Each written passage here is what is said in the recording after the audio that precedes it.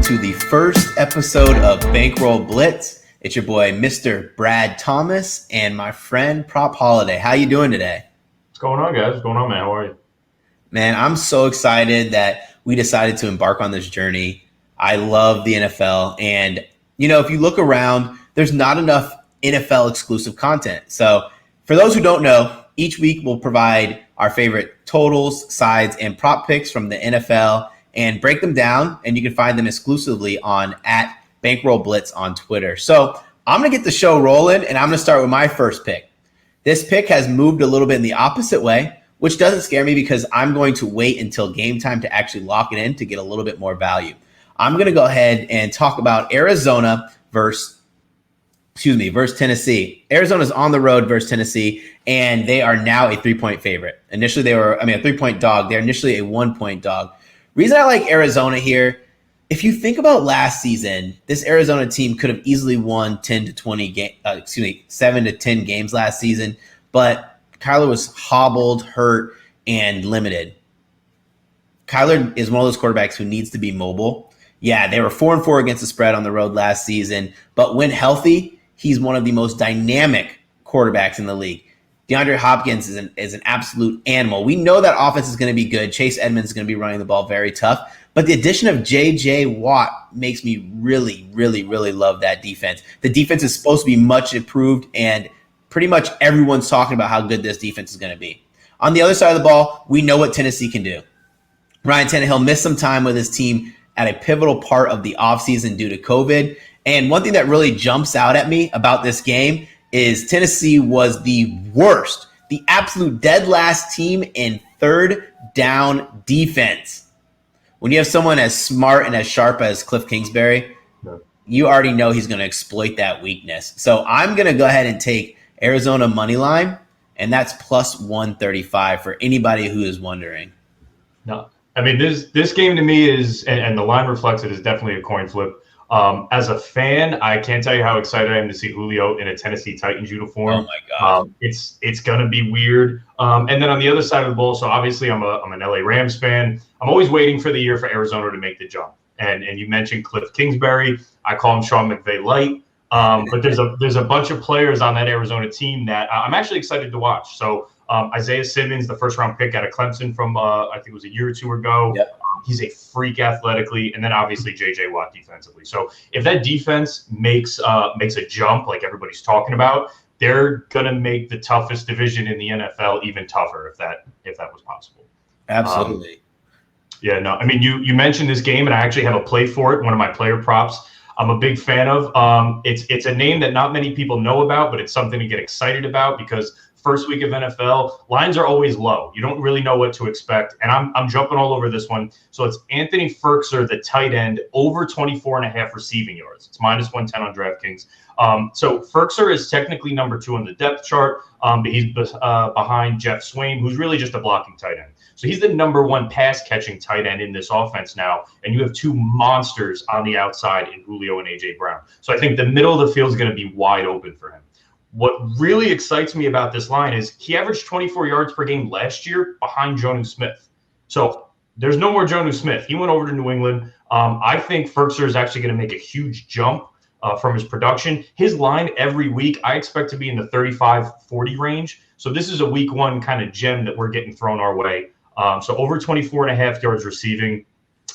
If you look at any fantasy sites, you go to Yahoo, you go to ESPN, they're projecting him at 37 yards receiving. So the book doesn't match what fantasy's projecting. And I really like using that kind of as a benchmark to see where we're at. And one last disparity between 2 books, 2 of the big books in our game. Firkser to score a touchdown is plus 480 on FanDuel. Okay, sounds about right. He's plus 190 to score a touchdown on DraftKings. Wow. That's a huge gap. And I think it shows he's going to be involved in the offense. So while this line is low, I really like 24.5. Listen, that sounds good to me. I do remember me being a fantasy football player, having Jonnu last season. And there would be times where you kind of rely on Jonnu only being that short yardage guy. And I remember Firkser being kind of like the more stretch the field, if you could say that for a tight end, kind of tight end. And, I'll go to war with any single one of your prop plays. So I'm super stoked. And while we have it, let's hear your next prop play. So I'm going over to the Kansas City Cleveland game. A preview. Could be a preview of the AFC Championship game, but it's a rematch from last playoffs. I have Baker Mayfield over 7.5 rushing yards. It's -125 on DraftKings. Now, this doesn't seem like a play that stands out to you. Why, Bob? Why would you think Baker Mayfield's going to start running the ball? Well, if you look at his averages for his career, it's 9.5 yards. So this line's below that. If you look at his yards per game just last season, he was at 10. So again, he's getting about 3 rushes per game. They're not planned rushes. They're not doing bootlegs with him unless maybe it's on a third and short. What I really like about this play is Odell Beckham's back. He's a deep presence. So if he takes off down the field, you need to bring safety help, and it really opens up the middle of the field on those third and long situations where he can scramble and go to pick up a first down. So 7.5, below his career averages, below last year's average. And when he played Kansas City last year, he had 11 rushing yards. So he did it against this team before. He's up for a contract extension. He hasn't gotten paid yet. And he sees guys like Josh Allen, Patrick Mahomes, Lamar, they all got deals. They all make plays with their legs. So I think this is a big year for Baker to really show his value to get Cleveland to give him that contract. Hey, awesome pick there. I told you this before, and it kind of reminds me of Baker being at Oklahoma, running those 10-yard first down runs and shooting the guns out at people. For me, I'm very excited. I'm going to be watching this game. I actually am probably one of the few people who are going to be on the Browns plus. I think the line's at +7 now. It's another one of those games where it's going to wait and see where the line falls because I might be able to get +7.5. I think this is going to be a big year for the Browns. I try to kind of stay away from teams that are super hyped, but you can't ignore what's on paper. This team is loaded at every single position. That offensive line, from PFF, I think they're top 3 in offensive lines in the NFL. Odell Beckham Jr. is supposed to be healthy. Now he's going to be stretching the field, and that run game. They're one of the only teams in the NFL who has 2 starting caliber running backs in their backfield, and that's a hands down starting caliber team. I'm excited for this play, and I'm definitely be watching the game because I'm going to be rooting on the Browns big time. And this is actually a great matchup for the beginning of the season because the biggest downside of that Browns team was their secondary last year. They completely revamped it in the offseason. They signed John Johnson at free safety. I think they signed Troy Hill as a slot corner, and then they bring back Denzel Ward. We're going to find out right away week 1 if this team can stand with the Josh Allens and the Bills and the Patrick Mahomes and the Chiefs. So this is one of my favorite games this week. Yeah, I'm super stoked. The game I'm going to is a game where the public has started to side with me. It is going to be the Los Angeles Chargers at the Washington football team. When this line opened up, it was closer to 1, but I've seen the line jump back and forth. Now it's kind of settled at Washington -1. How I attack NFL is very, very specific. I like attacking teams who are coming off tough road games or tough back-to-backs, short weeks, or elite defenses against rebuilding offensive lines or subpar offensive lines. There's no denying it that the Washington Redskins have the number 1 defensive line. I call them the Redskins. Oh my goodness. Soon we're going to be having to call them the Red Wolves. And then, no, it's the football team. We have no idea, but there's no denying it. The Washington football team has the best defensive line. And if you guys know, I'm a through and through Alabama fan, a through and through SEC lover. They have Chase Young, Dorian Payne, Jonathan Allen, and Montez Sweat. This defensive line is elite. While on the other hand, you have a Chargers team who is in the middle of a rebuild on their offensive line. So it would be unfair for me to just call them a terrible offensive line. But offensive lines are one of those things where if you look at the rebuilding Colts, when they rebuilt their offensive line, it took them a few games for them to kind of get that cohesion that you need.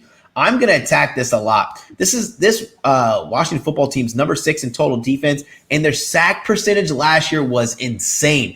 10% of the quarterback dropbacks, they were getting a sack. Oh my gosh! From a sheer number standpoint, how do you not love this game? No, I mean you. I'm sorry, Greg. No, you're totally good. I'm good on that. I'm so stoked about this game, and I'm glad that the money line is starting to agree with me. This is, you nailed it. They're the best front seven in football. Yep. I love, obviously their defensive line doesn't need much explanation. They have a rookie at middle linebacker, Jamin Davis. I actually sprinkled a little bit on him for defensive rookie of the year. I think he's just going to feast and eat up tackles coming off that D line. Offensively, I'm really excited to see what Washington is going to look like. Yes. You have Patrick, you got Curtis Samuel reuniting with Ron Rivera, and there's talks of Antonio Gibson being the next Christian McCaffrey. So offensively, I mean, I know we're talking about defensive side of the ball. No, that's totally cool. Offensively, I love to see what Washington looks like. And then from a target standpoint, you have an LA team flying East Coast. Obviously, it's week 1, so they're not coming off of a game, but mentally that plays a little bit of a factor. There's always a different win-loss disparity when you go cross country. And then the Chargers, Brandon Staley, the old Rams defensive coordinator, I actually think this is going to be a bit low scoring of a game because he is a defensive genius. And they have some playmakers on that LA defense side of the ball. Nasir Adderley at safety combined with Derwin James. You got Bosa. So this is it's going to be a really, really good matchup. You have a first-time head coach against Ron Rivera. I love that you're siding with the old mind and Ron Rivera and Ryan Fitzpatrick. How can you not love watching this guy continue to play football? It's awesome, the beard and all. I respect the beard. I think that's what it is. I think you have a great beard. It's kind of funny, too, that you mentioned that because you think about the elite defenses who go on to end up winning championships. They need what you call a serviceable quarterback. Ryan Fitzpatrick is a serviceable quarterback who just sometimes has a bit of a do too much problem. And that's generally because he's with bad teams. This Washington football team is going to be very good this year because they're going to start with defense. Ron Rivera loves his defense, and he's a great coach. I'm going to move over to another defensive battle that this is what I called my game of the week. It has dampered down a little bit with some of the news that has come out of here, but I am going to take the Baltimore Ravens -4 traveling to Las Vegas, Nevada for the grand opening of the Death Star. Crazy, right? Listen, another situation where I'm attacking an offensive line that is weak. The Raiders' offensive line is subpar, and they did not do enough in the offseason to make this offensive line any better. They might say, Brad, what are you doing? Justice Hill out. What are you doing, Brad? J.K. Dobbins out. What are you doing, Brad? Now Gus Edwards is out. Their identity is going to remain the same. Run that offense through Lamar Jackson. The reason why we'll start with J.K. Dobbins. The reason why J.K. Dobbins last year averaged almost 6.5 yards per carry was because in the zone read offensive scheme, you have to do so much mentally as a defensive player to try to stop both Lamar Jackson and the running back. Okay, boom, next. J.K. Dobbins is out. Now they're sitting there with Gus Edwards, who is averaging 5 yards per attempt. I don't think that Gus Edwards was that elite. I don't think that he was this great running back. I think it's the scheme, the offensive line, the having a game plan for both players. One thing that's great about this Baltimore Ravens team, I'm just going to go ahead and rattle off some of the trends. They are freaking amazing in their season openers. In their last 5 season openers, they're 5-0 against the spread, right? You know what they do well? When they're favorites, they win, they cover. In their last 11 games as road favorites, they're 8-3 against the spread. Well, how are they regardless on the road? And since 2017, they're 22-11-1 against the spread. Yes, 66%. I'm really excited to see Le'Veon Bell get another chance. We know he's past his prime from an elite standpoint, but I think this is an offensive scheme that will kind of benefit him, although he's not going to be the starter, and I very, very, very, very highly doubt that he's going to get a lot of playing time this game. Later on in the season, it's going to show where Le'Veon Bell is going to be much needed than his last 2 stints. On the Oakland side of the football, Las Vegas. Oh my gosh! Listen, I even have Oakland in my notes. This is how much it's killing me. And I'm a big Las Vegas fan in terms of the atmosphere, the sports culture that they're creating out there. On the Las Vegas side of the ball, John Gruden is doing everything that he can, but they're just not at that level. If you're going to have a weaker defense, and forgive me for saying this, you're going to have better play from Carr. Carr is not a quarterback who has consistently shown that he can push the ball down the field. They got some big playmakers, but last year was a good example of him trying to do it and just kind of not really hitting that mark. defense is going to win out. This is going to be one of those games that's going to be decided by, I think, 14 points, 14 plus points. Yeah. And I'm going to say this from a fan perspective and from a brand new stadium perspective. Las Vegas should have never had fans in that stadium for preseason. I was in Las Vegas during the preseason for their home opener, and they treated that as a regular season game. So yes, the crowd's going to be raucous. Yes, the crowd's going to be excited to open the regular season at the Death Star. But it sure is not going to be the same as if they had no fans for preseason. And this was their very first time seeing their Las Vegas Raiders in the Death Star. Sorry I got long-winded on this game. I'm just super excited. I heard about the Marcus Peters news. Yes, that diminishes the value a little bit, but the line has not moved since the news of Gus Edwards or Marcus Peters. Yeah. No, you keep mentioning the Death Star. I always thought it was the world's largest Roomba, but it's beautiful. Looking at this game, Gruden and Mayock are playing for their jobs. This season is, it's a shame. You hear Mike Mayock as an NFL analyst, and he's great at picking all these draft prospects. They've cut 2 third-rounders in the last 2 years of their drafts. So something's not right there. I'm excited for the matchup. I was actually going to lean with the Raiders, but the way you swung me, man, I might have to go Baltimore.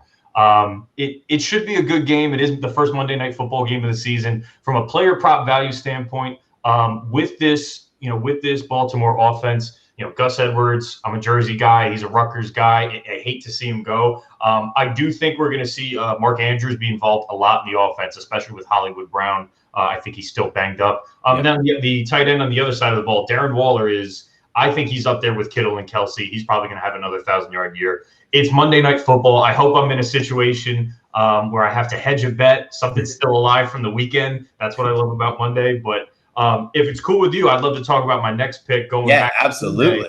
Going back to Sunday, we're going to look at the Brian Flores Bill Belichick Bowl.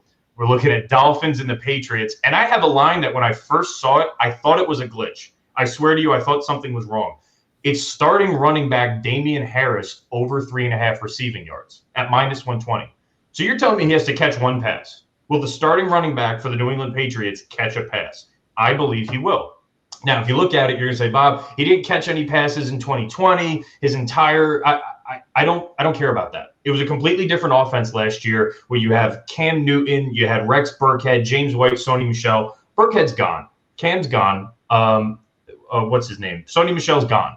You have a rookie, you have James White, and you have Sony Michel. You have Damien Harris. And I think Damien Harris is going to be the bell cow back of this offense. It's going to look like a Patriots offense from 2 years ago where one guy has 60% of the snaps and the other guys kind of work around him. If you look at the preseason as any indication, Mac Jones targeted running backs 29% of the time. So there is a little bit of a benchmark there. The rookie Ramondre Stevenson, he is going to play, but he has a dislocated thumb. But I'm not throwing quick outs to a guy with a dislocated thumb. I'd rather see what Damien Harris has early in the season. And obviously it's coach speak. Obviously it's camp. But Belichick's been raving about his ability to work in all phases of the game. He's on the record saying, he mentions the passing game, his protection, he's route running. I think Damien Harris is really going to explode this year and be like 1,000-yard back. Maybe he gets 300 or 400 yards receiving. But if he gets 300 or 400 yards receiving, he's going to hit over 3.5 receiving yards in game one. So swear to you, I thought it was a glitch when I saw it. I think he will catch at least one pass, probably more than that. But it's -120 on DraftKings. Hey, I love that look because like I said earlier, I'm Bama through and through. The fact that I have a game with Damien Harris at running back, Mac Jones at quarterback, and Tua Tagovailoa at quarterback is enough for me. I don't even need to go on any more Alabama players because we know we got them on the defense. Listen, I'm glad you brought up Stevenson. As a fantasy owner of Stevenson, finding out that he dislocated his thumb made me wish that I had more shares of Damien Harris because he's going to be utilized often. Mac Jones loves to throw to his running backs because and this is kind of a build of the Steve Sarkisian offense, which McDaniels is going to do a little bit. Mac Jones is not a mobile guy, but he has great pocket awareness and knows when to get rid of the ball.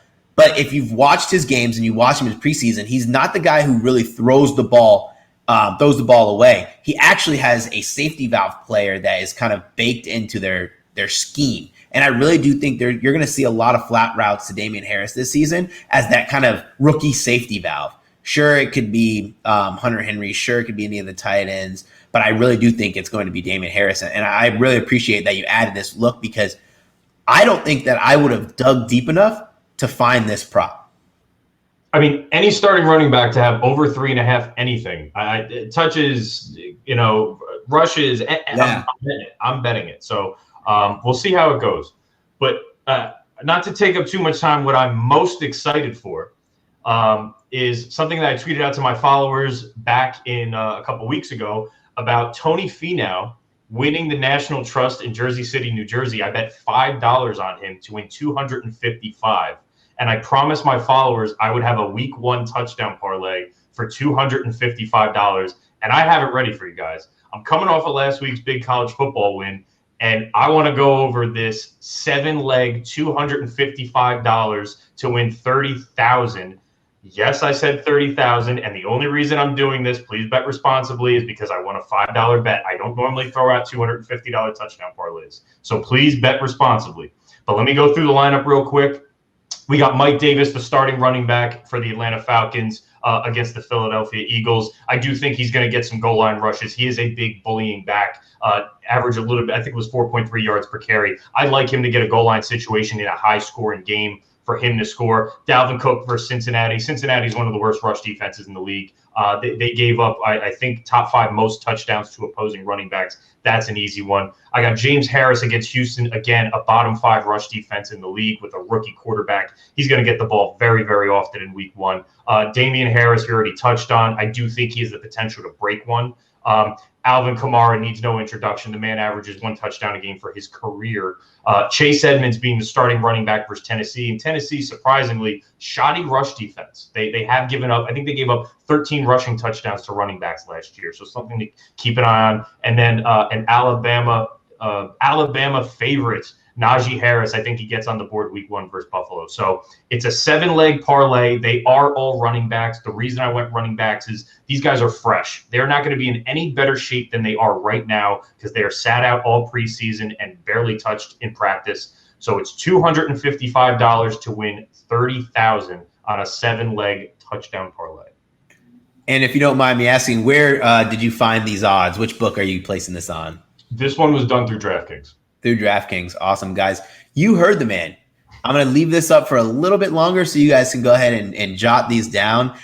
I'm so excited that we started this adventure, and I don't want to hold you guys for much longer. So what I'm going to do is I'm going to invite you guys to download Bankroll Blitz on iTunes, Google Play, Spotify, or however else you get your podcast. Be sure to follow us on Twitter, and that's at Bankroll Blitz. Bankroll Blitz. Follow Mr. Brad Thomas and at Prop Holiday. Best of luck, guys. Guys, I'm pumped for this season. I can't wait. Please make sure you're following us because we're gonna put out some bangers this year. I hope you hit.